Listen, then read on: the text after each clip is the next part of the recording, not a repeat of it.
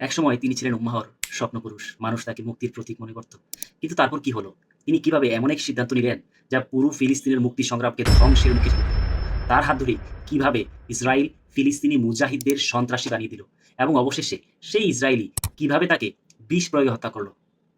আপনারা কি বুঝতে পারছেন কার কথা বলছি?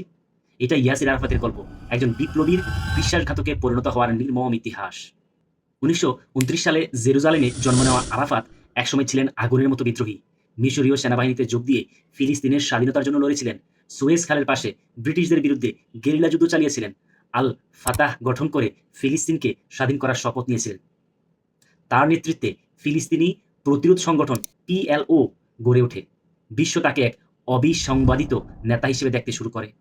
কিন্তু একটা বিষয় তিনি কখনোই মেনে নেননি: ফিলিস্তিনের ইসলাম প্রতিষ্ঠার স্বপ্ন। তিনি ছিলেন কট্টর ধর্মনিরপেক্ষ।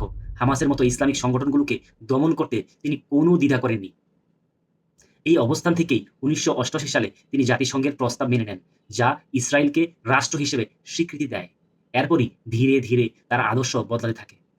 ১৯৯০ সালে তিনি গোপনে এক খ্রিস্টান নারী সোহাকে বিয়ে করেন। এরপরই তার অবস্থানে বড় পরিবর্তন আসে। ১৯৯১ সালে মাদ্রিদ সম্মেলন, ১৯৯৩ সালে অসলো চুক্তি এবং ২০০০ সালে ক্যাম্প ডেভিড সম্মেলন অংশগ্রহণ করে তিনি এক ধ্বংসাত্মক চুক্তি স্বাক্ষর করেন, যার ফলে ফিলিস্তিনি প্রতিরোধ দুর্বল হয়ে পড়ে। মুজাহিদরা বিভক্ত হয়ে যায় আর ইসরায়েল ফিলিস্তিনিদের সন্ত্রাসী হিসেবে প্রমাণের সুযোগ পেয়ে যায়।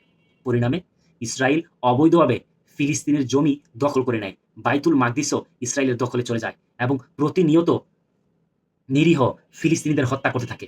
কিন্তু এই চুক্তির বিনিময়ে আরাফাত ব্যক্তিগতভাবে কি পেলেন? শান্তিতে নোবেল পুরস্কার। কিন্তু যে ইসরায়েলের সঙ্গে তিনি শান্তি চুক্তি করেছিলেন, তারাই শেষ পর্যন্ত তাকে বিষ প্রয়োগে হত্যা করল। ২০১২ সালে তার দেহাবশেষ পরীক্ষা করে বিজ্ঞানীরা দেখেন তার হাড়ে স্বাভাবিক মাত্রার চেয়ে ১৮ গুণ বেশি পোলোনিয়াম তেজস্ক্রিয় পদার্থ ছিল, যা নিশ্চিতভাবে তাকে হত্যা করার প্রমাণ বহন করে। তার মৃত্যুর পর তার জায়গায় এলেন আরেক বিশ্বাসঘাতক, মাহমুদ আব্বাস।